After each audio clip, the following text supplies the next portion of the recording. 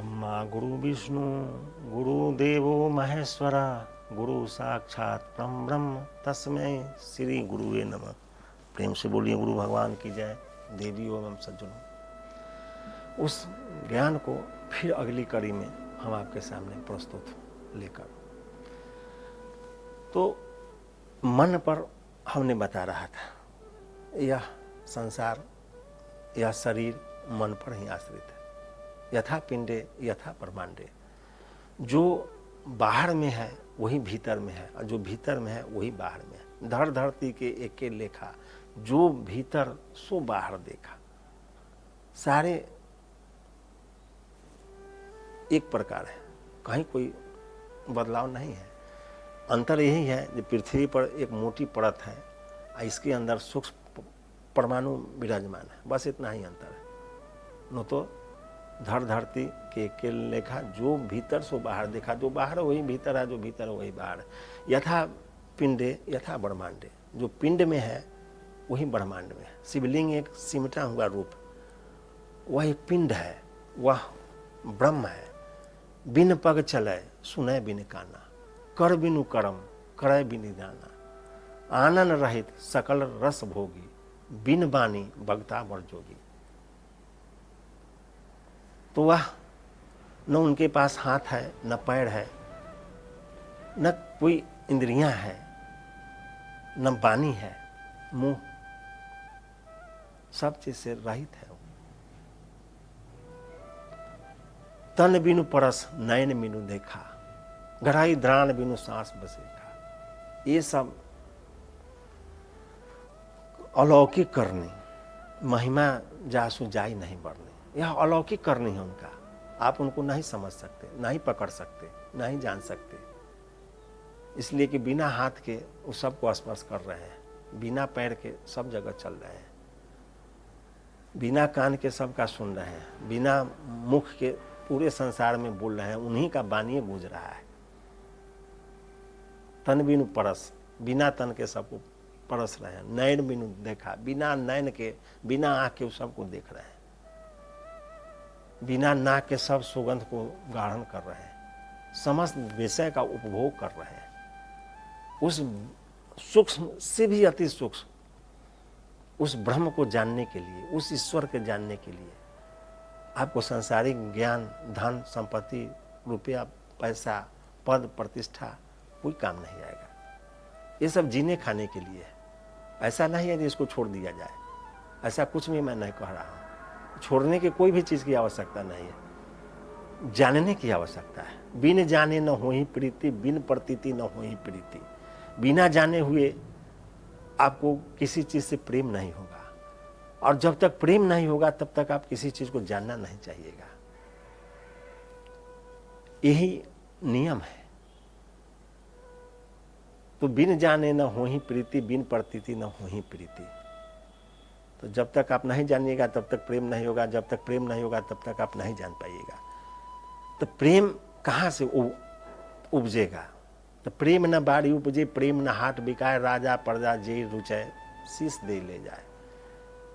प्रेम किसी हाट बाजार में नहीं मिलता है, किसी बाग में, खेत में नहीं उपजता है। धन दौलत, रुपया, पैसा से उसको खरीदा नहीं जा सकता। संसार की कोई भी चीज आप दे के उसको मूल नहीं खरीद सकते हैं, वो अमूल्य वस्तु है।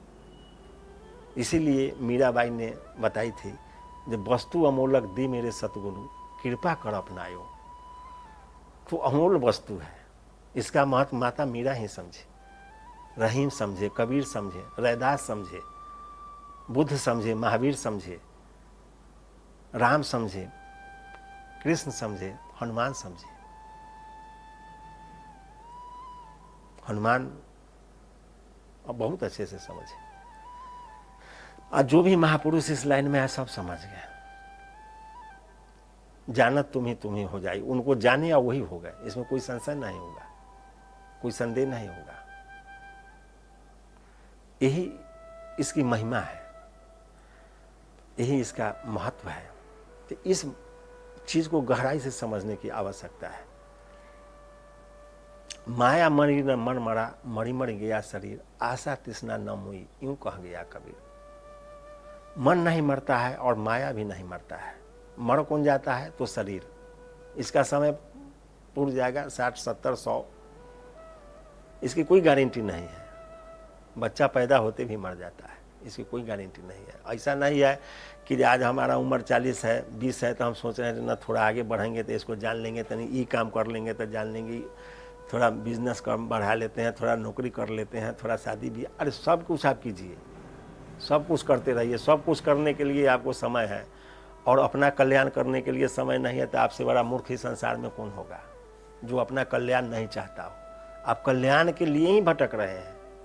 कोई भी आदमी संसार में कह दे जो वह बिना कल्याण के भटक रहा हो, उसको शांति की आवश्यकता नहीं है, उसको धन की आवश्यकता नहीं है, उसको प्रेम की आवश्यकता नहीं है, उसको भोजन की आवश्यकता, ऐसा कोई मनुष्य संसार में है ही नहीं। इससे कोई मतलब नहीं है। वह आपका कर्म है। आपको सारे कर्म करते हुए यह मन का कर्म है, यह मन से चलना है, सारा काम मन से ही होता है। तो आपका मन जो व्यर्थ भटका रहा है उसको पकड़ना है। उसके पकड़ने का विज्ञान ही परम गुरुओं का ज्ञान है, जो यह किसी भौतिक शास्त्र में नहीं है, वो संभव ही नहीं है। यह ब्रह्म के द्वारा प्रसारित है, इसलिए इसको ब्रह्मवाणी कहा गया है, इसको ब्रह्म विद्या कहा गया है, यह राज विद्या कहा गया है। यह बहुत कल्याणकारी मार्ग है। इसको अनेक संज्ञाओं से महापुरुषों ने नवाजा। सब अपने अपने भाषा में जो जिस भाषा में पाए उसी सत्य को उद्घाटित किया। सत्य एक ही है, दूसरा कुछ नहीं है। तत्व एक ही है, वो परम तत्व परमात्मा है। बाकी सब उनका रूप लीला है। वो लीला कर रहे हैं अनेक रूपों में, अनेक प्रकार से। इस संसार में सब कुछ वही है। Man is actor, God is director, life is drama. वो डायरेक्टर है, मनुष्य एक्टर है। आई संसार ड्रामा है। एक ड्रामा के पर्दा की तरह सारे मनुष्य इस संसार में उसी प्रकार से काम कर रहे हैं। जैसे संसार में नाटक, रंगमंच, फिल्म के पर्दे पर जैसे जिसका जो अभिनय है, जितना समय का उतना देर करके उसका रोल समाप्त, बात समाप्त, चला गया। उसी प्रकार से हम आप इस संसार के पर्दे पर हैं और ईश्वर डायरेक्टर है और हम लोग एक्टर हैं। जिससे जैसा एक्टिंग करवाना चाहते हैं, जो जैसा पात्र है उससे वैसा जैसे करवाते हैं। डायरेक्टर को सब पता रहता है जब कौन पात्र कौन काम कर सकता है। यदि श्रेष्ठ पात्रता को प्राप्त करना है तो उसके लिए आपको मेहनत करने की आवश्यकता होगा, तभी साधना करने की आवश्यकता होगा, तभी उस पद तक आप जा सकते हैं। अन्यथा कोई उपाय नहीं है। सोचने से कुछ नहीं होगा। सोचने से होता तो सब कुछ सब कोई प्राप्त कर लेता। यह चलने का मार्ग है। सब कुछ जानने के बाद चलना शेष रह जाता है। जब तक आप चलिएगा नहीं तब तक पहुंचिएगा नहीं। इसलिए चलना अनिवार्य है। यही जीवन में मनुष्य को समझकर अच्छे बुरे विचार पर निर्णय करके आगे बढ़ना चाहिए। तो मन मनुष्य को अनेक प्रकार से भटकाता है। आदमी सोचता कुछ है, होता कुछ है, करना कुछ चाहता है, हो कुछ जाता है। इसका कारण क्या है? बिना विचारे जो करे सो पाछे पछताए, काम बिगाड़े अपना जग में होता हंसाए। जो बिना विचार किए हुए, बिना कुछ सोचे समझे यदि कोई काम को कर रहा है तो वो अपना पूरा बिगाड़ कर रहा है, और जो जानेगा वो भी कल उसका हंसी उड़ाएगा, वह हंसी के पात्र हो जाएगा, इसलिए कि उसका कर्म सही दिशा में नहीं गया। तो इस सब चीज को समझते हुए इस ज्ञान को बहुत गहराई से समझने की आवश्यकता है। आपके एक एक पर्दे को समझ जाइएगा, इस प्रकृति के एक एक पर्दे को समझ जाइएगा, और अपने आप के बारे में आप अपने आप को पूरा समझ जाइएगा। जब आप अपने आप को समझिएगा तो उस ब्रह्म को भी समझ जाइएगा। इसलिए कि यथा पिंडे यथा ब्रह्मांडे, जो इस पिंड में है वही ब्रह्मांड में है। तो ब्रह्मांड के समझना बहुत कठिन है, बहुत बड़े बड़े पहाड़, नदियाँ, समुद्र, वन, बहुत कुछ है। आप कहाँ तक उसको समझने के लिए निकलिएगा, ये संभव ही नहीं है। लेकिन अपने आप को आप समझ सकते हैं। इसीलिए महापुरुषों ने बताया कि ताघट अंदर 7 समुंदर तामे तैरन हारा। इसके अंदर 7 समुंदर, इसमें तैरने वाला इसी में है। ताघट अंदर हीरा मोती तामे परखन हारा। इसमें हीरा मोती भी भरा हुआ है और परखने वाला भी इसी में। ताघट अंदर बाग बगीचा तामे सृजन हारा। इसके अंदर बाग बगीचा भी लगे हुए हैं और उसमें सृजन करने वाला भी बैठा हुआ है। कहत कबीर समझ मन मूर्खता में गुरु हमारा। इसमें अपना गुरु भी बैठे हुए हैं, लेकिन वह संपर्क नहीं है। जैसे गुरु हर जगह है, जैसे मोबाइल का सिम है, आप अपने मोबाइल में सिम लगा लीजिए और वह यदि सिम एक्टिवेट नहीं है, वह टावर से जुड़ा हुआ नहीं है, तो आपका मोबाइल कोई काम का नहीं, चाहे कितनों करोड़ का हो, वो बेकार है, व्यर्थ का है, उसका कोई मोल नहीं है। वह खिलौना के रूप में ही प्रयोग होगा, दूसरा कोई काम नहीं है। उसी तरह से आपके अंदर सब कुछ भरा पड़ा हुआ है। आपके अंदर सिम कार्ड लगा हुआ है। उस सिम, जैसे मोबाइल में हर फंक्शन को अलग अलग एक्टिवेट करने का विधि होता है, उसी प्रकार से इस शरीर में सब कुछ एक्टिवेट करने का विधि है।